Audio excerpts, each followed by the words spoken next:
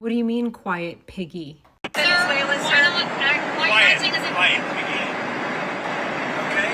Mr. President, what did Jeffrey Epstein mean in his emails when he said you knew about the girls? I know nothing about that. They would have announced that a long time ago. It's really, what did he mean when he spent all the time with Bill Clinton, with the president of Harvard, that is Summers, Larry Summers, whatever his name is, and all of the other people that he spent time with. Jeffrey Epstein and I had a very bad relationship for many years. But he also saw strike because I was president. So he dictated a couple of memos to himself. Give me a break. You're going to find out what did he know with respect to Bill Clinton, with respect to the head of Harvard, with respect to all of those people that he knew, including J.P. Morgan shares.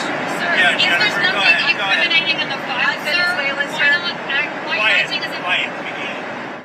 Venezuela, sir, you've had a lot of meetings on Venezuela. And that's the full context, because I'm already anticipating people being like, well, what was the full context? Maybe he was joking. No, he wasn't.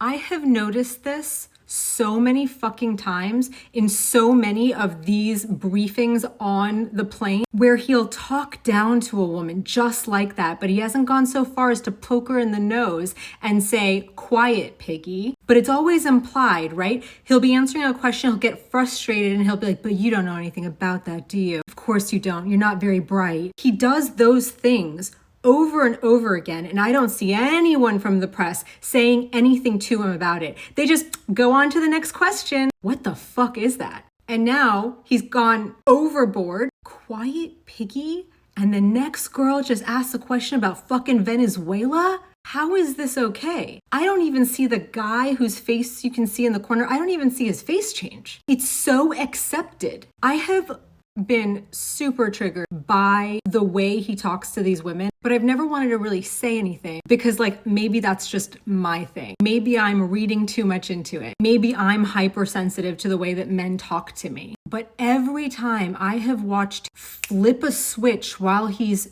answering a question to a woman, and he just seamlessly goes into this very understated, plausibly deniable mode where he's very aggressively shitting on the person. You'd have to be fucking stupid or willfully blind to have not noticed it, in my opinion. But for the willfully blind, he's got the cover of that plausible deniability. What? All he said was that she didn't know what she was talking about. What's wrong with that? It's the way his whole body language changes, where he transforms into kind of hunkering over the person and then doing this thing where he goes, you don't know anything. It's just dripping in contempt. It's dripping in, you have no idea what I could do to you if these cameras weren't here. It's dripping in, you're lucky I'm the president.